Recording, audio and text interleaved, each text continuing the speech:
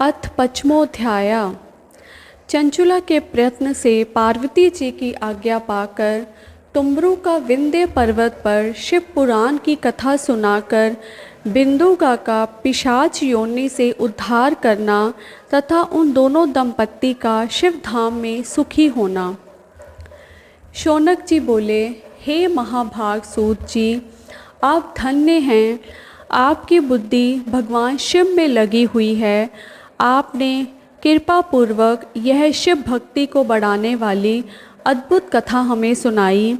हे महामते, सद्गति प्राप्त करने के बाद वहाँ जाकर चंचुला ने क्या किया और उसके पति का क्या हुआ, यह सब वृतांत विस्तार में हमें बताइए। सूत जी बोले, हे शौनक, एक दिन परमानंद में निमग्न हुई चंचुला ने उमा देवी के पास जाकर प्रणाम किया और दोनों हाथ जोड़कर वह उनकी स्तुति करने लगी। चंचुला बोली, हे गिरिराज नंदिनी, हे स्कंद माता, मनुष्यों ने सदा आपकी सेवा की है, समस्त सुखों को देने वाली है। हे शंभु प्रिय, हे ब्रह्मा स्वरूपिणी, आप विष्णु और ब्रह्मा आदि देवताओं द्वारा सेव्य हैं। आप ही सगुणा और निर्गुणा भी हैं तथा आप ही सूक्ष्म सच्चिदानंदन स्वरूपिणी आज्ञा प्रकृति हैं। आप ही संसार की सृष्टि, पालन और संहार करने वाली हैं। तीनों गुणों का आश्रय भी आप ही हैं। ब्रह्मा, विष्णु और महेश्वर, इन तीनों देवताओं का आवास स्थान तथा उनकी उत्तम प्रतिष्ठा करने वाली पराशक्ति आप ही हैं। सूत जी बोले, हे शौनक, जिसे सद्गति प्राप्त हो चुकी थी वह चंचुला इस प्रकार महेश्वर पत्नी उमामती की स्तुति करके सिर झुकाए चुप हो गई। उसके नेत्रों के में प्रेम के आंसू उमड़ आए थे।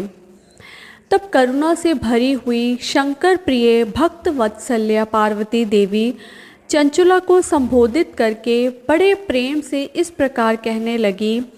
पार्वती बोली, हे सखी चंचुले, हे सुंदरी, मैं तुम्हारी की हुई इस स्तुति से बहुत प्रसन्न हूँ।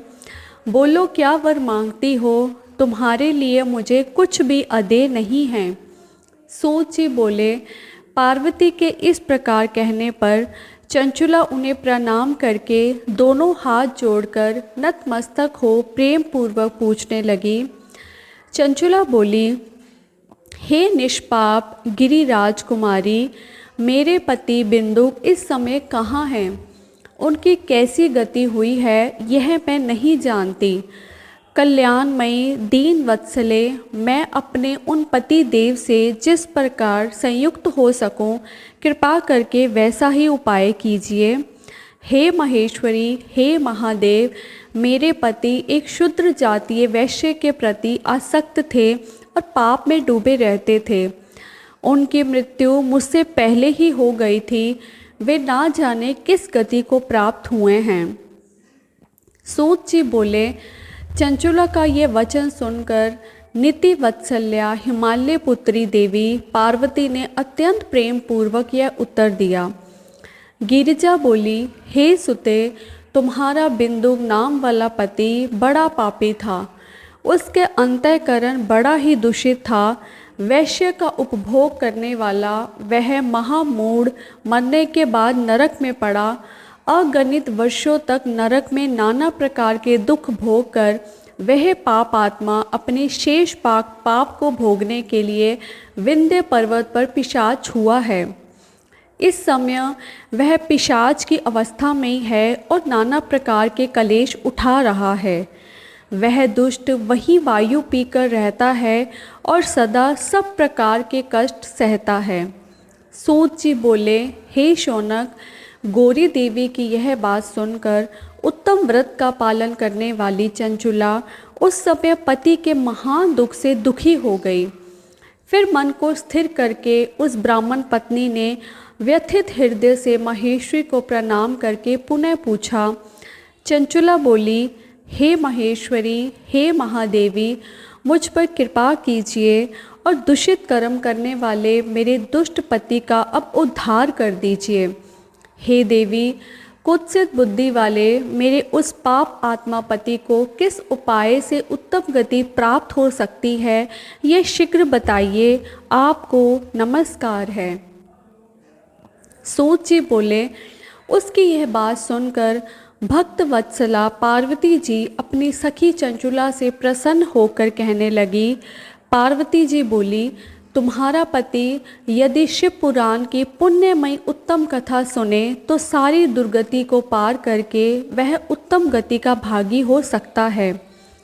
अमृत के समान मधुर अक्षरों से युक्त गौरी देवी का यह वचन आदरपूर्वक सुनकर चंचुला ने हाथ जोड़कर मस्तक झुकाकर उन्हें बारंबार प्रणाम किया और अपने पति के समस्त पापों की शुद्धि तथा उत्तम गति की प्राप्ति के लिए पार्वती देवी ने यह प्रार्थना की कि मेरे पति को शिव पुराण सुनाने की व्यवस्था होनी चाहिए।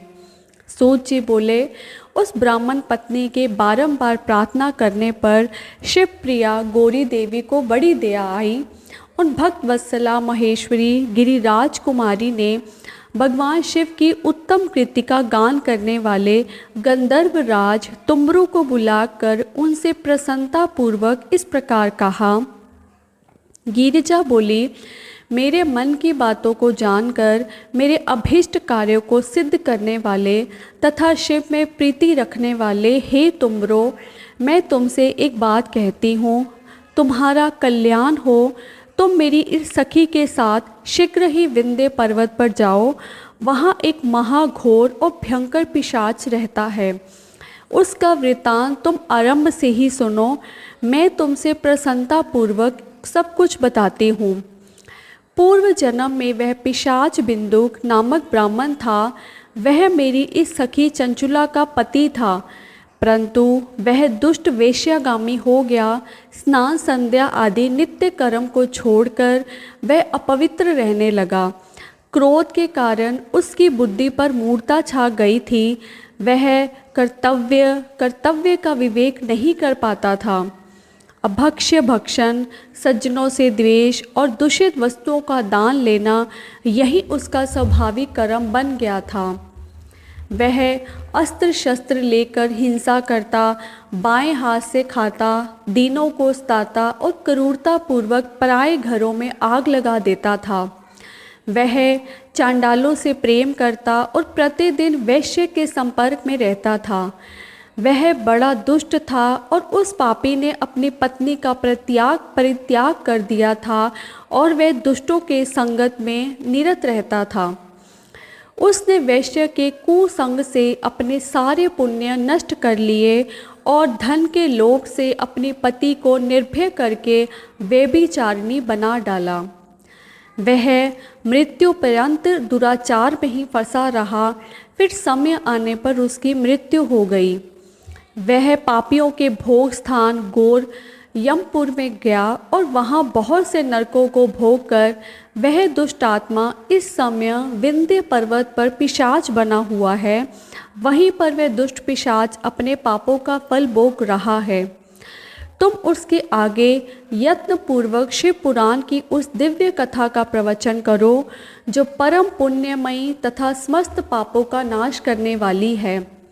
उत्तम शिव पुराण की कथा के श्रवण से उसका हृदय शीघ्र ही समस्त पापों से शुद्ध हो जाएगा और वह प्रेत योनि का परित्याग कर देगा। दुर्गति से मुक्त होने पर उस बिंदुक नामक पिशाच को मेरी आज्ञा से विमान पर बिठाकर तुम भगवान शिव के समीप ले आओ।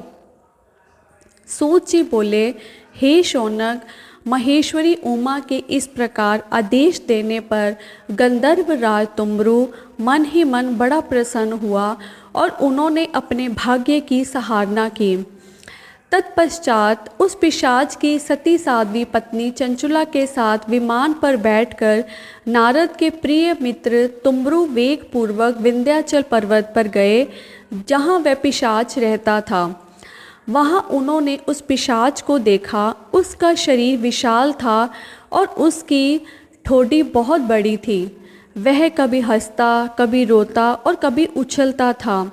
उसकी आकृति बड़ी विकराल थी। भगवान शिव की उत्तम कीर्ति का गान करने वाली महाबली तुम्बरू ने उस अत्यंत भयंकर पिशाच को बलपूर्वक पाशों द्वारा बांध लिया। तदनंतर तुम्बरू ने शिव पुराण की कथा बाँचने का निश्चय करके महोत्सव युक्त स्थान और मंडप आदि की रचना की। इतने में ही संपूर्ण लोकों में बड़े वेग से यह प्रचार हो गया कि देवी पार्वती की आज्ञा से एक पिशाच का उद्धार करने के उद्देश्य से शिव पुराण की उत्तम कथा सुनाने के लिए तुम्बरू विंध्य पर्वत पर गए हैं।